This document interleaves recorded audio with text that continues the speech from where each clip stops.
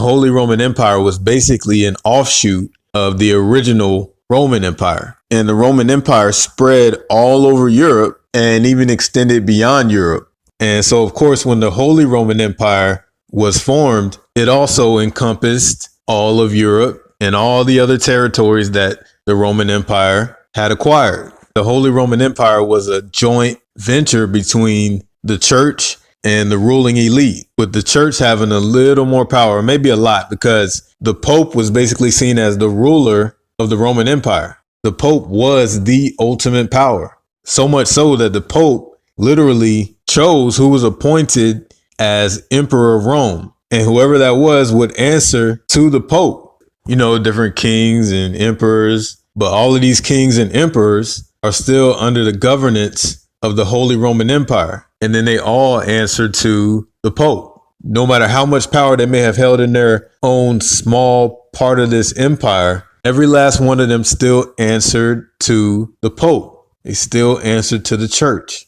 Now, they say that the Holy Roman Empire lasted from the early Middle Ages up until 1806 when it was destroyed. Napoleon came in and he forced the last Roman emperor to step down from the throne. And from that day forward, the Holy Roman Empire was done. That was the end of the Holy Roman Empire. But when you look at certain things, that doesn't really seem to be the case. Right in the middle of Rome, we have the Vatican City, this independent city-state that's literally like its own country within a country, that's completely governed by its own laws and regulations, completely independent of Rome. The Vatican has full sovereignty, and this just so happens to be the headquarters of the Roman Catholic Church. And within the Vatican City, it looks like the Holy Roman Empire didn't go anywhere. You still have the Swiss Guard, this army that was originally created to protect the Pope,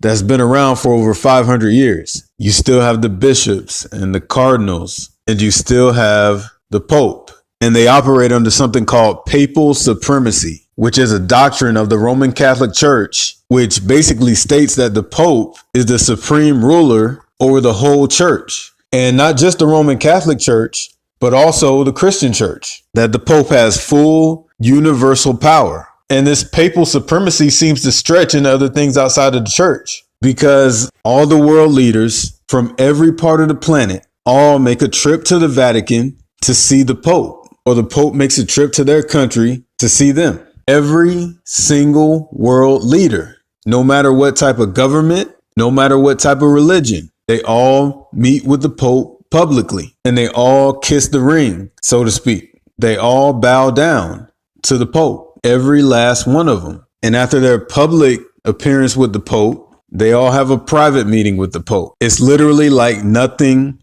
has changed. The rulers of those Germanic kingdoms would all rule within their own kingdoms, but they would still answer to the Pope, and they were still under the authority of the Holy Roman Empire. And still today, it looks like all these presidents, dictators, and all these world leaders all president, dictate, and lead in their own little parts of the world. But at the end of the day, they all still answer to the Pope. It's all pointing towards the Holy Roman Empire still being in control. But then you got to ask, why are they in control? And if they are in control, if they're the ultimate power that all these world leaders have to go through, then does it stop with them? Or is there somebody or something in control of them? Somebody or something that they answer to? Well, on the surface level, all we can see is the Pope and the Vatican. And we know this is the most influential source of religion on the planet. Everything they do revolves around worshiping their God and keeping the worship of their God